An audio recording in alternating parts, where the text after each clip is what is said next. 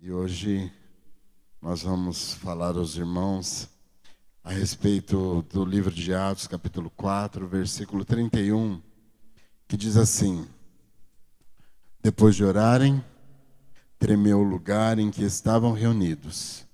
Todos ficaram cheios do Espírito Santo e anunciavam corajosamente a palavra de Deus. Está lá. Eu ia pedir para vocês repetirem. O nosso tema, a partir de hoje, até o aniversário da igreja, a igreja esse ano está completando seus 96 anos nessa cidade.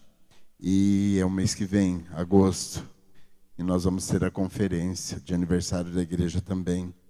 E o tema que nós vamos tratar daqui até o aniversário da igreja, todos os pregadores que passarem pela Quinta Viva vão falar sobre igreja relevante, em seu aspecto. Antes que eu comece e antes que eu me esqueça, o pastor Marinho não está aqui hoje, mas mandou uma mensagem pedindo para convocar para segunda-feira, às 20 horas, todos os líderes de célula dos jovens e adultos, todos os líderes ministeriais e todo o ministério de louvor. Segunda-feira, 20 horas, todos os líderes de células, jovens e adultos, os demais líderes de outros ministérios e todo o ministério de louvor.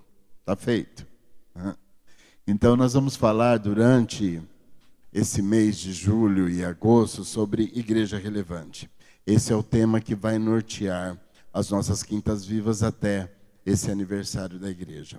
Porque ser relevante é tornar-se necessário ou importante, é destacar-se ou então ser indispensável. E eu quero te perguntar, como igreja atual, você acredita que está sendo relevante? Eu estou perguntando na sua individualidade, como igreja, onde você está.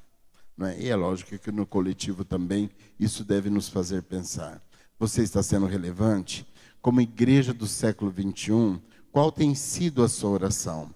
Porque a palavra aqui de Atos 4 diz que essa igreja, depois de orarem, tremeu o lugar onde eles estavam reunidos. E todos ficaram cheios do Espírito Santo e anunciavam corajosamente a palavra do Senhor. Então hoje nós faremos algumas observações a respeito da igreja primitiva, como o próprio texto lido em Atos dos Apóstolos. Né? E essa, que incontestavelmente foi relevante em seu tempo, e a prova disso é que eu e você estamos aqui. Foi por causa das ações da igreja primitiva, por causa do testemunho das ações dos apóstolos, foi por causa dos seus depoimentos escritos no Novo Evangelho, não é? No Novo Testamento, é que nós tomamos conhecimento da graça salvadora em Cristo Jesus, a nova aliança. Alguém assimila aí? Essa igreja primitiva, a igreja de Atos, ela nasce na ressurreição e na ascensão de Cristo. E começa a estabelecer-se nessa nova aliança da parte de Deus a todo aquele que nele crê, ou seja, em Jesus. Essa nova aliança nasce a partir do entendimento que Jesus é o Filho de Deus que desce do céu para nos salvar. E esse novo posicionamento, essa nova realidade, essa renovação de aliança, ela provoca muito embate e contestação por parte dos religiosos da época, né? Daqueles que não se rendem a essa realidade de Cristo, porque às vezes a gente cria uma expectativa das coisas e se ela não vem do modo como nós imaginamos, ela não serve. E foi muito o que os religiosos da época experimentaram. Eles esperavam um Cristo que viessem da maneira como eles imaginavam, e como Jesus vem de uma forma humilde, não vem de uma forma de realeza, com um manto, com uma coroa, para reinar politicamente sobre eles. Então eles não aceitaram, porque eles imaginaram a grandeza do reino de Deus se revelando de uma forma estrondosa, não é? E então eles começaram a contestar, e por não se renderem ao senhorinho de Jesus. Eram os religiosos da época, sacerdotes, mestres da lei, saduceus, as seitas assim estabelecidas. E esse episódio em questão de que nós acabamos de falar, ele é posterior a cura de um paralítico da porta do templo chamada Formosa. Aqueles que permaneceram lá em Jerusalém depois da morte, da ressurreição de Jesus e da sua ascensão ao céu, ele determinou assim: olha, não os ausentes de Jerusalém, mas permaneçam aqui até vocês serem revestidos de poder. E eles foram mesmo fortalecidos pelo poder do Espírito Santo. E diante de uma multidão, o apóstolo Paulo começa ali a fazer o seu primeiro discurso a respeito do amor de Deus, da promessa de Deus e do cumprimento dela através de Jesus como a salvação. Né?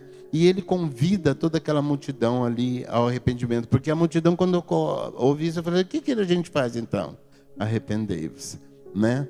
Então o número ali de fiéis começa a crescer, e só naquele momento de 120 que estavam ali fervorosos, o número cresce para 3.000 pessoas.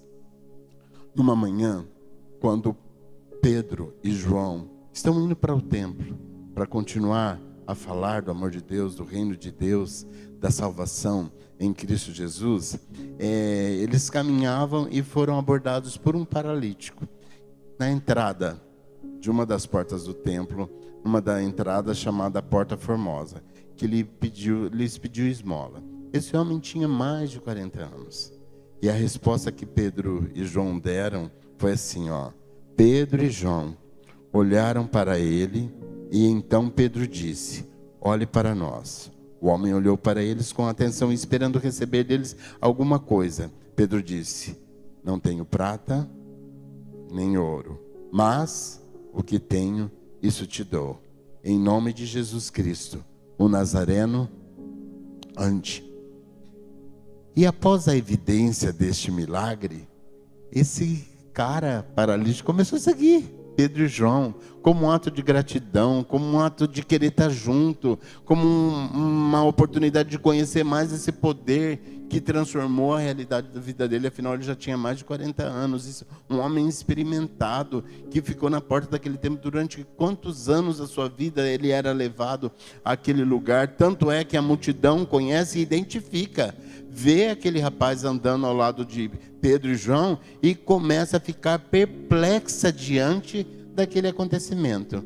Então, Pedro, mais uma vez, usa daquela ocasião para falar novamente da promessa de Deus, do amor e do cumprimento dela na pessoa de Jesus Cristo, o Filho do Deus vivo. Enquanto eles ainda estavam falando, a multidão lá, não é, falando por que aquele cara estava andando, o que havia acontecido, chegaram os sacerdotes, chegaram os saduceus e chegou o capitão da guarda. Considerando que aquela pregação girava em torno da ressurreição de Jesus, da salvação que ele pode nos dar, de que ele se fez Cordeiro de Deus para tirar o pecado do mundo, e isso incomodava essa classe. Então eles levaram Pedro e João presos. Entretanto, daqueles que ouviram aquela palavra ali, depois do milagre do paralítico da porta chamada Formosa, aqueles que ouviram a palavra, o número cresceu e chegou a quase 5.000 almas de fiéis. No dia seguinte, Pedro e João estão lá presos. No dia seguinte, arma-se aquele aparato de intimidação, na presença de autoridades, de religiosos, né, de sacerdotes, de sumo sacerdote, de mestres da lei. Então, Pedro e João foram interrogados publicamente. E ali não havendo nenhum argumento de contestação, porque afinal o homem que foi curado estava ali, do lado deles. Era uma evidência, não podia se negar, era palpável, era uma realidade. Então ninguém podia dizer que aquilo não havia acontecido, né? Então ele estava ali diante de todo o povo, e o que acontece? Numa forma de intimidação, eles tentam silenciar Pedro e João, exigindo que eles não falassem mais no nome de Jesus. E a resposta de Pedro e João foi, eles disseram: julgai vós se é justo diante de Deus ouvir-vos antes a vós do que a Deus, porque não podemos deixar de falar do que temos visto e ouvido. Mas eles ainda os ameaçaram mais e, não achando motivo para castigar, deixaram-nos ir por causa do povo, porque todos glorificavam a Deus pelo que acontecera, pois tinha mais de 40 anos o homem que se operara aquele milagre de saúde, e soltos foram para os seus, contando tudo o que lhes disseram os principais sacerdotes e anciãos. E ouvindo eles isto, unânimes, levantaram a voz a Deus. Essa oração, ela é maravilhosa, e ela está colocada no livro de Atos, capítulo 4, dos versos de 19 a 24, vocês podem ler. E isso que nós lemos aqui foi o final da oração. Atos 4:31, depois de orarem, depois de toda essa oração que está lá em Atos 4, depois de orarem, tremeu o lugar onde estavam reunidos, ficavam cheios de Espírito Santo e anunciavam poderosamente a palavra de Deus. Não é? Aleluia? Amém? Algo deve chamar a nossa atenção aqui nessa narrativa, meus queridos. É que esta oração nasce do desejo de testemunhar e de servir ao Senhor. Pedro e João acabavam de sair das suas trincheiras de guerra, de intimidação, de pressão dos seus opositores. E a igreja estava ali reunida. Quando ouve o testemunho deles, elas oram no sentido de que o inimigo seja derrotado. Qual tem sido a nossa oração? A minha, a sua, a nossa oração nestes tempos? Será que existe em nós uma ideia de urgência, de perigo eminente que se corre a respeito? Obrigado, Luiz. Ou será que nós estamos vivendo de alguma forma um cristianismo confortável? A oração feita pela igreja primitiva, ela foi fundamentada na palavra de Deus. Se você comparar lá algumas colocações feitas na oração, ela não está jogada ao esmo, algo qualquer, a uma necessidade pessoal, mas ela se fundamenta na própria palavra de Deus. Se você abrir em Salmo 2 e abrir em Atos 4 e comparar parte dessa oração com o Salmo 2, você vai ver que o fundamento da oração da igreja primitiva está fundamentado na palavra. Então, precisamos entender que toda oração ela precisa estar atrelada à palavra de Deus para ter a sua eficácia. João 15:7, Jesus fala assim: se vocês permanecerem em mim e as minhas palavras permanecerem em vocês, o que vai acontecer? Vamos ler junto? Vamos lá? Se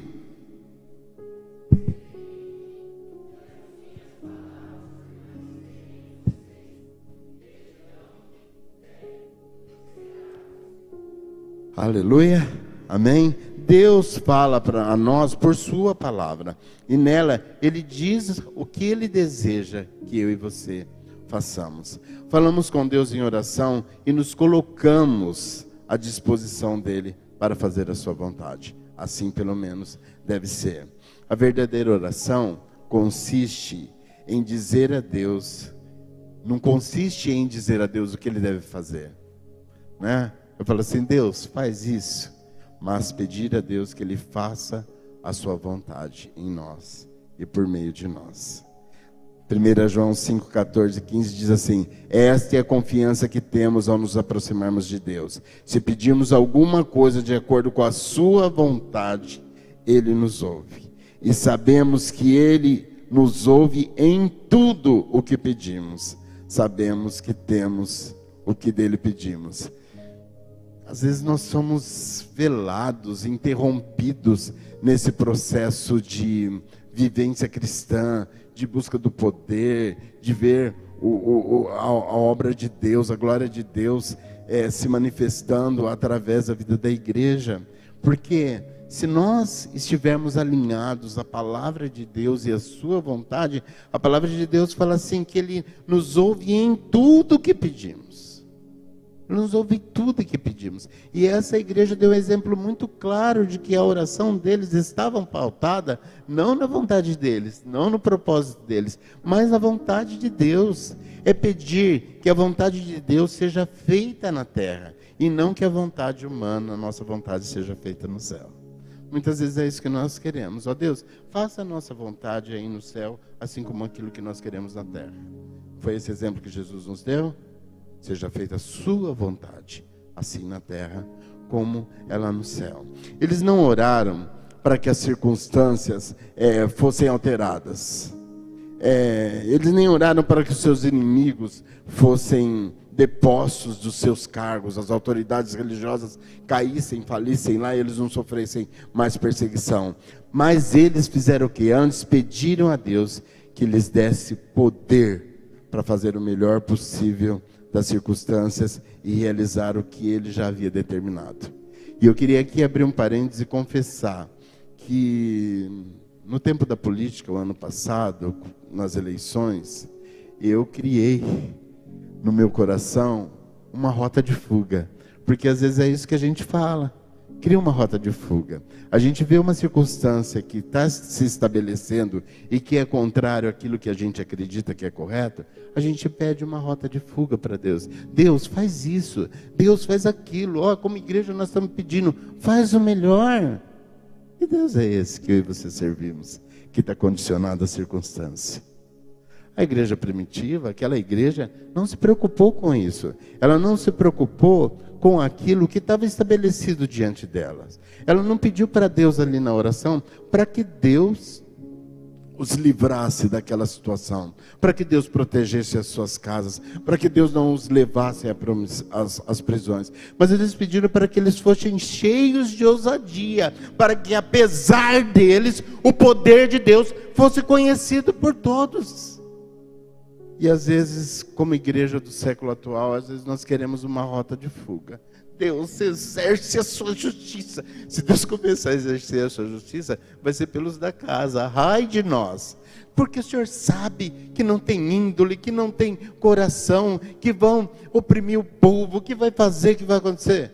Isso você está pedindo para Deus uma rota de fuga para a sua comodidade, para o seu conforto, e não para a glória do Senhor. Revela a tua glória, Deus, mostra que o Senhor manda. O Deus revela a glória dele como ele bem quiser, como ele bem entender, porque ele não precisa das circunstâncias para realizar o seu propósito. Hoje, por conta de uma enxurrada de oportunidades que eu e você temos, por conta de entretenimento, de ameaças, às vezes veladas, ocultas assim, camufladas, e o grande comprometimento do nosso dia, do nosso tempo com as coisas deste mundo, e essa comodidade que nos dispersa e nos leva ao distanciamento do exercício e desse poder da autoridade que em nós existe como igreja de Cristo, de orarmos com essa ousadia acerca dos propósitos de Deus em nós e através de nós, a favor deste mundo. Extraordinários foi algo maravilhoso. Ato profético foi algo maravilhoso. Conferência de mulheres foi algo maravilhoso. Quando nós falamos ali o começo do ano, como é que chama? Profetizando, é maravilhoso. O Tree Conference foi maravilhoso. Mas de quanto em quanto tempo nós estamos experimentando esse grande fulgor? E depois vem para uma quinta-feira viva!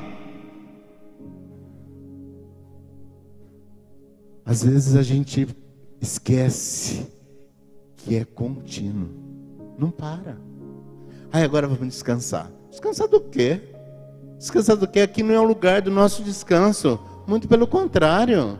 Aqui é o lugar de nós executarmos o trabalho, para que no dia lá da redenção, servo bom e fiel, entre para o gozo do seu Senhor. Aqui não é o lugar do nosso descanso. Como igreja, aqui é o lugar de nós realmente nos dispormos através de Deus. Para a glória de Deus. O buscar primeiro é uma realidade experimentada por aquele que escolheu em nada ter a sua vida por preciosa. E às vezes nós cuidamos mais dos nossos afetos, nos preocupamos com as finanças, com a casa, com projetos para o futuro, e deixamos de testemunhar as demais coisas que Deus acrescenta quando o reino é priorizado. Buscar primeiro o reino de Deus, a sua justiça e as demais coisas, ou seja, esses projetos, as suas finanças, as suas afeições, a sua casa, as coisas que você tem colocado em primeiro lugar. Se você inverter a ordem e buscar o reino de Deus primeiro, as demais coisas, o Senhor tem o prazer de acrescentar segundo o seu propósito para as nossas vidas. Amém? Agora eu quero compartilhar com os irmãos alguns aspectos dessa igreja relevante, né? Uma igreja que quer ser relevante, como uma igreja primitiva, precisa ser unânime diante das dificuldades. E muitas vezes, na hora das dificuldades, nós tomamos partidos, não é? Alguns acham assim, eu não penso assim, eu vou agir em defesa dos meus, eu não penso assim. E a gente perde a oportunidade de ter unanimidade na palavra de Deus. Às vezes a gente se estabelece naquele que está conduzindo as coisas e fala assim, eu não concordo com ele. Mas não é com ele mesmo que você tem que concordar. Você tem que concordar com a palavra. Se aquilo que ele está dizendo é a palavra de Deus, como tem sido aqui neste lugar, você pode torcer o nariz, você pode... Mas se você quiser a unanimidade, você precisa se render a esse posicionamento, né? A unanimidade, ela é uma arma poderosa contra o inferno e as ameaças desse mundo. Como nós começamos a nos dispersar, eu acho que é assim, eu acho que é assado, eu acho que é por aqui, eu acho que é por ali, nós somos enfraquecidos em corpo, por não estarmos todos alinhados ao propósito de céu. Todo ano, Pastor Marinho, pela graça de Deus, pelo propósito de Deus para essa igreja, traz um tema anual. Qual o propósito desse tema anual? É para que toda a igreja esteja unânime naquilo que Deus está propondo para nós. E não é quando você está aqui. É quando você está lá em casa e fala assim, eu preciso de alinhamento com o céu. Como o céu pensa a respeito disso que eu estou passando? Qual é o posicionamento do céu a respeito disso que eu estou querendo fazer? Qual é o posicionamento? Você é igreja onde você estiver, meu querido. Não é só aqui no coletivo, não. Onde você estiver. E essa unanimidade precisa ser a identidade da igreja de Cristo. Ué, mas você falou isso para mim? Não foi isso que ele falou para mim. Ele falou que pode ser, mas que eu tenho liberdade para escolher. Realmente, a gente tem liberdade para escolher. Mas na unanimidade do corpo de Cristo, o que nos guia é a palavra e o propósito de Deus, independentemente de onde eu esteja ou do que eu faça, né? Então, todos os nossos pensamentos, as nossas ações, as nossas estratégias, como igreja, precisam estar pautadas neste direcionamento que Deus traz através do seu anjo. Não só através do tema anual, mas através de cada pregação, através na prática que nós começamos a experimentar agora e colocar em prática mesmo, em unanimidade de pensamento. A unanimidade tem o seu alinhamento na prioridade do céu. O alinhamento da unanimidade, ela se baseia no alinhamento com o céu. Seja feita a tua vontade, aonde? Assim na terra, como no céu. Vocês lembram do relato dos 12 espias, quando Moisés mandou os 12 espias lá visitar a terra?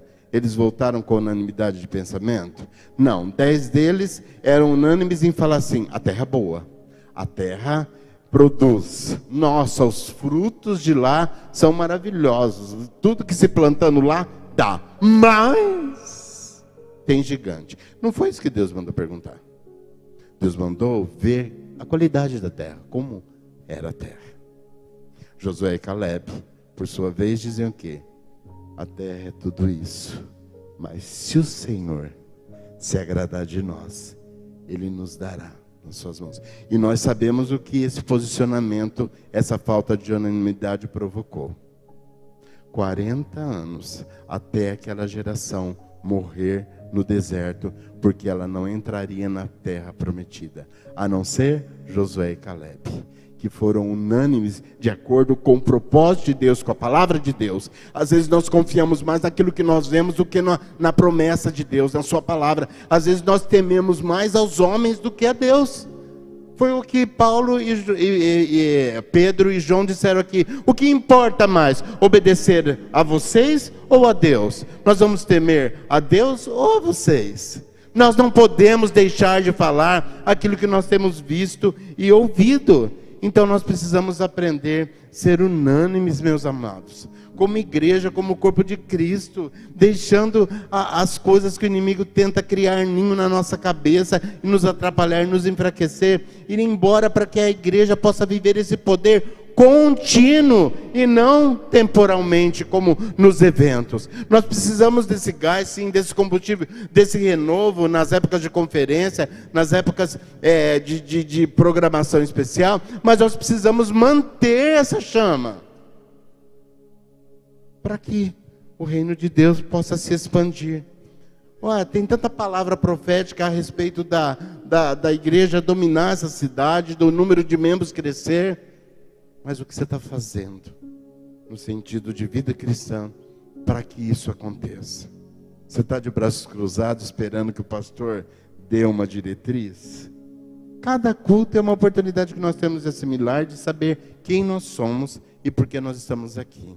Existe uma responsabilidade universal como filhos amados do Senhor para a realidade da sua obra.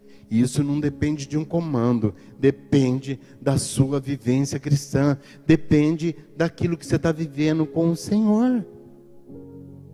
Se todos nós estivermos em comunhão com a palavra, nos atentando para ela, o desejo do nosso coração vai ser unânime, porque visa a glória de Deus.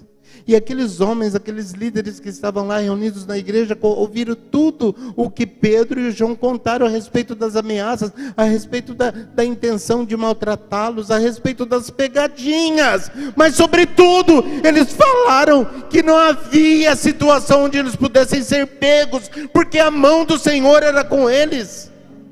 E aqueles homens se remetem numa oração unânime: Deus, protege minha casa, livra, cega os inimigos. Não! Olha para as ameaças. Quais as ameaças? A ameaça de fazer com que a obra não ande, a obra de fazer com que minha vida seja cerceada da liberdade, a obra de fazer com que eu seja privado da comunhão com a minha família, ou que eu tenha meus bens confiscados. Era essas ameaças, ou até iminência de morte. Porque vai chegar uma hora mais para frente que eles vão querer matar Pedro e João e os outros apóstolos. A unanimidade tem o seu alinhamento e na prioridade do céu. O relato dos 12 espias deixa muito claro isso também, quando o nosso pensamento não está alinhado ao céu. Quando o nosso templo era ali na Campos Sales, nós tivemos um pastor com vislumbre, assim como o pastor Mário, de amplitude, e era o pastor Jaime Reguini. E na época, o Banco do Brasil tinha deixado aquele prédio ali atrás da Igreja Matriz, onde hoje é uma clínica veterinária, né? Ali aquele prédio do Banco do Brasil estava vazio. E ele queria comprar. Eu sei que é atrás de uma igreja católica e tudo mais, mas trouxe essa proposta para a igreja, era algo grandioso, assim, ficamos ruminando, mas ele não se impôs. Ele fez um desafio para a igreja. Nós só vamos comprar lá se houver o quê, Suade? Você lembra? Estava aqui? Se houver, que Tadeu? Se houver unanimidade. Se uma pessoa na Assembleia for contrária à compra daquele lugar, nós não vamos. Já viram que nós não vamos para lá, né? Porque ele ousou pedir unanimidade. Sabe por quê? É uma estratégia também de inteligência. Sabe por quê? Porque na unanimidade não tem espaço para murmuração. Na unanimidade não existe espaço para murmurar. Ah, mas por quê? Por que assim? Porque não, nós somos unânimes na palavra, no propósito, na vontade de Deus. Então, quando se há unanimidade, não há espaço para murmuração. Então, quando se abre uma brecha e fala assim, olha, se tiver 50%, 60% dos votos, a gente compra. Nós vamos criar uma celeuma. Porque as pessoas vão começar a murmurar e querer minar. E falar assim, a terra é boa, o prédio é bom. Mas os gigantes que tem ali em volta, nós vamos ser engolidos por tal coisa assim, assado. Isso são minar as forças do céu através do caminhar da igreja. Lembre-se disso. A unanimidade não dá espaço para murmuração ou para o descontentamento. Amém? Eles não se deixaram ser vencidos pelo medo ou pelas ameaças, mas eles resistiram e persistiram em oração. João 17, 23 diz assim, que eles sejam levados à plena unidade, para que o mundo saiba que tu me enviaste e os amastes, igualmente me amaste. Essa é a oração sacerdotal de Jesus pelos discípulos. Então, uma das preocupações de Jesus a respeito dos seus discípulos é para que eles tivessem unidade, para que eles fossem unânimes na maneira de pensar, porque essa é uma das formas do mundo saber que nós temos Jesus Cristo no nosso coração e que nós somos amados por Deus, assim como Jesus foi amado pelo Pai. Essa é a marca que deve realmente nos identificar. Essa é parte dessa oração sacerdotal de Jesus pelos seus. Essa unanimidade foi vivida pela igreja primitiva. Atos 2, 46, 47 diz assim, diariamente perseveravam unânimes no templo, partindo pão de casa em casa e tomavam as suas refeições com alegria e singeleza de coração, louvando a Deus e contando com a simpatia de todo o povo. Enquanto isso, acrescentava-lhes o Senhor dia a dia os que iam sendo salvos. Era uma igreja que atraía e não precisava de atração. Ela não precisava virar do avesso, ela precisava ser quem ela era. Unânime, esbanjando alegria por saber que Jesus Cristo tinha remido a vida deles da escravidão, do pecado, para uma vida de salvação, que ele se tinha feito o Cordeiro de Deus que tira o pecado do mundo.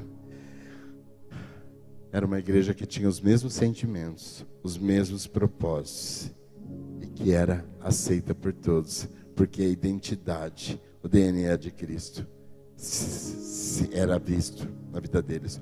Outro critério aqui, outra observação importante a respeito da igreja relevante é que eles não se moldaram às ameaças das circunstâncias, mas pediram ousadia e poder para realizarem o propósito do céu através deles. Como nós já falamos, eles assim não se moldaram às circunstâncias. Então definiu isso, então eu vou para o meu cantinho e vou ficar assim. Então é assim que vai fazer? Então eu vou me preocupar com essa área da minha vida e vou cuidar disso. Não.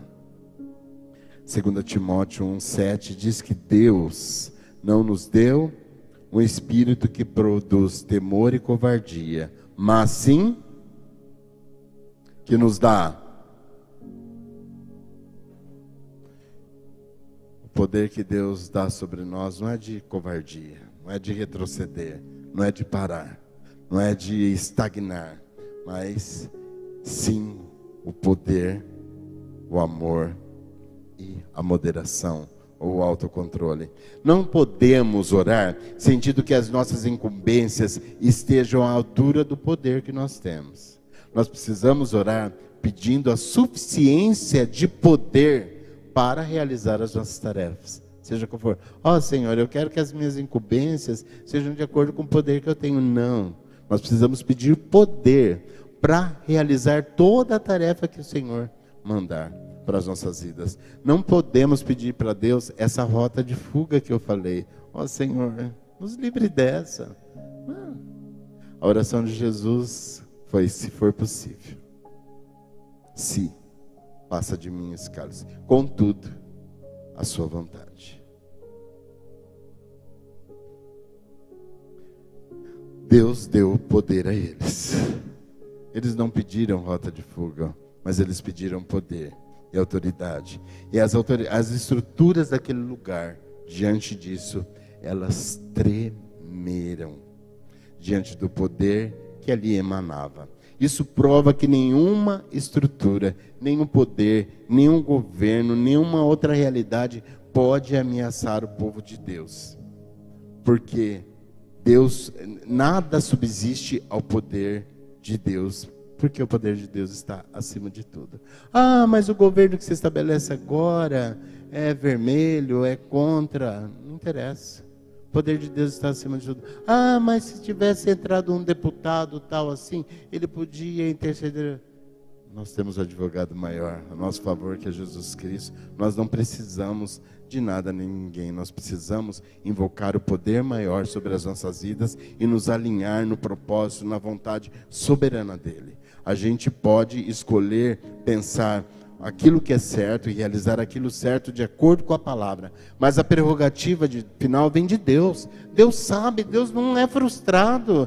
Deus não é pego de surpresa. Deus não fala assim, puxa, mas me decepcionaram. Porque Ele sabe do passado, do presente e do futuro. E Ele sabe o que Ele quer realizar com todas as coisas. Ser espremido, ser moído, nos identifica se realmente nós somos filhos de Deus. E aquela igreja foi identificada como uma igreja verdadeira e genuína mesmo, por causa dos sinais que eles começaram a apresentar, não é?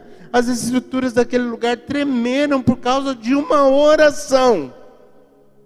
Olha o poder de uma oração. Isso quer dizer, se Deus ouve uma oração, o que pode subsistir à glória do Senhor, ao poder do céu? Nada subsiste, porque Deus pode fazer infinitamente mais. Ore por poder. Logo após esse capítulo 4, tem um evento no capítulo 5, que é de Ananias e Safira. Que eles querem fazer bonitinho, vão lá, vendem uma propriedade, e vem Ananias e deposita um valor no pé dos apóstolos. Fala assim, olha, esse é o valor da propriedade, que nós pagamos tudo isso, e vai. Fala assim, mas foi isso que você pagou mesmo? E ele tinha mentido, ele afirma que e não foi, morre. Daqui a pouco vem Safira, a mulherzinha dele atrás, com a mesma conversinha, tipo assim, vamos nos aparecer como sendo os maiores doadores da igreja. E entra lá e fala assim, olha, e não vê que o marido está morto, olha, então a oferta que nós trouxemos, mas foi isso mesmo, Safira? Assim, não, foi isso sim, puf, morreu. Os dois morrem. E isso começa a provocar, a notícia disso, um grande tremor na vida daquele povo. Aquele povo começou a ficar assustado de ver como Deus age diante das situações e das circunstâncias. Sabe o que aconteceu? As pessoas começaram a sair às ruas, pegar aqueles acamados que estavam com problema de saúde, os aleijados, e colocar em lugar determinados, assim, nas ruas, pensando, Pedro vai passar por aqui. E se a sombra dele cobrir esses homens, eles serão curados. As cidades vizinhas começaram a ficar alvoroçadas e vinham em multidões para contemplar o poder e a glória de Deus. E o texto fala que essas pessoas foram todas curadas pelo poder do Senhor, porque havia uma igreja que se movia em unanimidade e que não se abatia diante das ameaças. Eles abriam a porta e falavam assim, vai, agora dá, não tem ninguém vendo. Eles saíam abertamente, e o lugar deles anunciarem era o templo, um lugar público aberto, onde os sacerdotes iam estar. E quando as multidões chegam lá de novo, e começa todo aquele alvoroço, não é? E aí nesse momento em que a fúria deles se acende com o discurso de Pedro, em que eles falam assim, não, vamos acabar com esses homens. Levanta-se Gamaliel, uma autoridade da lei da época, fala assim, manda todo mundo sair, manda eles também saírem, só fiquem vocês aqui, líderes religiosos. E ele fala assim, eles porém, ouvindo, se enfureceram e queriam matá-los. Mas, levantando-se no sinédrio, um fariseu chamado Gamaliel, mestre da lei, acatado pelo povo, mandou retirar os homens por um pouco. Ele disse, uma pessoa renovada, que era reconhecida por todas as autoridades, por todo o povo judeu, Gamaliel. Ele lhes disse: israelitas, atentai bem pelo que ides fazer com esses homens, porque antes desse dia se levantou Teudas, insinuando ser ele alguma coisa, ao qual se agregaram cerca de 400 homens, mas ele foi morto, e todos que prestavam obediência com ele se dispersaram e não deram em nada. Depois desse, Teudas, levantou-se Judas o Galileu, nos dias de recenseamento, e levou muitos consigo. Também este pereceu, e todos quantos obedeciam foram dispersos. Mas agora vos digo: dai de mão a estes homens, deixai-os, porque se este conselho ou esta obra vem dos homens, ela vai perecer do mesmo jeito. Mas se é de Deus, não podereis destruí-los, para que não sejais porventura achados lutando contra Deus. E eles concordaram com ele. Quando o apóstolo Paulo fica cego lá no caminho de Damasco, dura coisa, Paulo, é lutar contra a realidade da obra do evangelho e da salvação. Por que você está me perseguindo? Jesus disse a Paulo, não é? E o conselho de Gamaliel foi sábio. Se essa obra não tiver fundamento sólido, ela vai se desfazer. Se esse Jesus não ressuscitou mesmo, se ele não é o Filho de Deus, isso vai passar. Esses caras vão se despertar porque ele já morreu mesmo, mas Jesus havia ressuscitado. E a prova disso é que nós estamos aqui. Você pode aplaudir o Senhor? Pode dar um glória a Deus? A obra não se desfez porque ela era de Deus, porque havia um propósito de Deus. Os discípulos morreram sim, mas um tempo determinado por Deus. Jesus morreu também, mas foi um propósito do céu, previamente um propósito divino, e no tempo de Deus. Quantas oportunidades aqueles homens tiveram de pegar Jesus? Um momento em que os soldados vêm até eles com autoridade para prender Jesus, e o que eles voltam de mãos vazias e dizem: jamais alguém falou como aquele homem fala. Existe um poder que emana em nós, é o conhecimento da palavra, é o conhecimento do amor de Deus, é o conhecimento da graça salvadora em Jesus Cristo. E isso aí está criando teia de aranha no seu interior? Existem pessoas sedentas caminhando para a morte, precisando ouvir que Deus pode e quer fazer. E você não precisa ser sutil, você precisa ser verdadeiro, autêntico, sem medo. É lógico que buscando a sabedoria.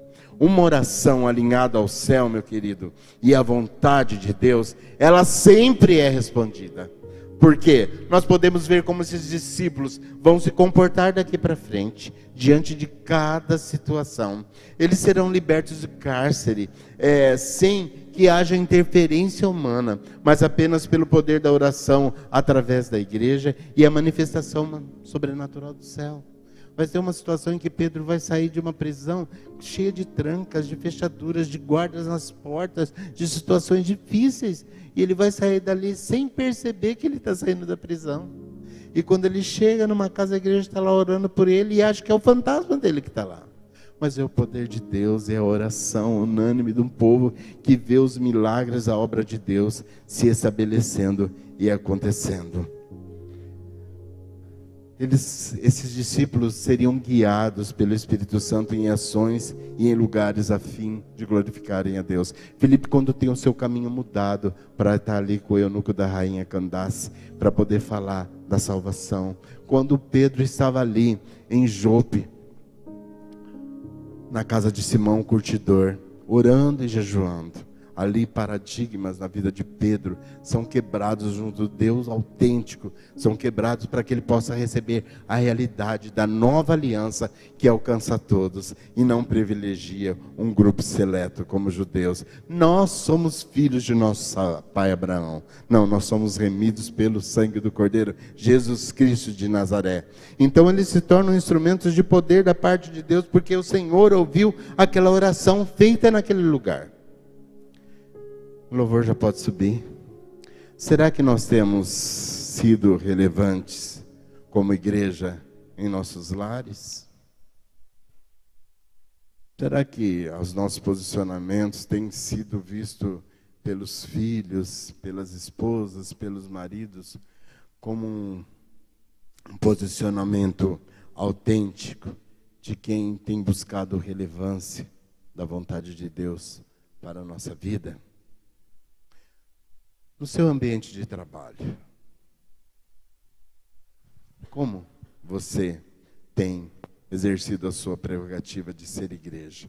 Aquela pessoa mal-humorada que não conversa com ninguém, que faz questão de mostrar que é diferente, mas por um mau humor, uma cara fechada, um ranço? Ou através de uma ação de sabedoria, pedindo direcionamento de Deus, sabendo usar bem cada oportunidade? Eu não preciso me contaminar estando perto deles, mas eu posso influenciá-los a de ser dissuadidos do pensamento, da ideia, do desejo do coração, por causa da minha posição. Mas se eu for essa pessoa, um Zé Ruela, como às vezes diz, é um mané, é isso. Se eu me comportar dessa forma, eu nunca vou atrair ninguém. Ninguém está pedindo aqui para você ser falso, mas para você pedir sabedoria no espírito para se comportar no seu ambiente de trabalho, não é? Se você tem uma empresa, se você tem um negócio, se você realmente é um microempresário, como você tem tratado os seus funcionários? Como você vê aqueles que estão com você? Você abençoa a vida deles com palavra, com oração? Você busca o melhor deles para que eles possam oferecer o melhor deles para que a sua empresa possa prosperar ainda mais? Ou eles murmuram pelos cantos por causa da sua forma de comportar? Diz que é crente, vai na igreja, mas olha o jeito que ele trata a gente. Se for para ser crente assim, Deus me livre, eu não quero nem saber. Se você é um funcionário municipal, um funcionário público, você fala assim, vou tirar minhas horas, vou ganhar o meu do dia. Não, você está ali para ser exemplo de comportamento, de vida, né? Para que através de você, o propósito de Deus comece a trazer impacto na vida das pessoas. Na academia, onde você vai, você fica olhando para o corpinho de um ou de outro, de uma ou de outra, e comentando com um amigo ou amiga que está do seu lado na esteira, entrou um gostosinho, entrou uma gostosinha aí, um gatinho ou uma gatinha. Quando você sai para jogar bola, qual que tem sido o seu comportamento? Porque a meu e a seu, a nosso respeito, tem uma palavra que diz assim: não escolhestes vós a mim, mas eu vos escolhi a vós e vos nomeei, para que vades e deis fruto, e o vosso fruto permaneça, a fim de que tudo quanto em meu nome pedis ao Pai, Ele vos conceda. Segredo de uma igreja relevante também está em frutificar por onde quer que nós passemos. Você acredita que tem dado fruto pelo caminho por onde você passa? As pessoas têm sido impactadas pela sua vida e tem nascido nelas uma sede de querer conhecer a grandeza e a glória de Deus? Eu quero convidar você a se colocar em pé nessa hora. Enquanto eles cantam lá, eu quero que você feche seus olhos, levante as suas mãos aos céus e comece a orar. Mas comece a orar no direcionamento daquilo que nós colocarmos. Eu não estou pedindo para você orar para a sua casa, orar para quem está doente, orar para a sua finança, orar para aquilo que você precisa. Eu quero que você priorize o reino. Agora, feche seus olhos e abra sua boca e comece a declarar a grandeza de Deus. Declara que Deus é grande, poderoso, que Ele é soberano, que Ele é único, que Ele é incomparável, que não existe nada que se compara a Ele, que Ele tem propósitos sobre a terra, na sua vida, que nenhum dos seus propósitos podem ser frustrados. E se detenha aí nesse tipo de oração, que glorifique o Senhor, que reconheça a sua soberania, que Ele é o Deus Criador, o Todo-Poderoso. Vai abrindo a sua boca aí e vai falando, não se preocupa com quem está do seu lado não. Começa a declarar: Deus, Tu és tremendo, Tu és grande, Tu és poderoso, Tu és o Deus soberano, Tu és aquele que tem um propósito de eternidade a eternidade.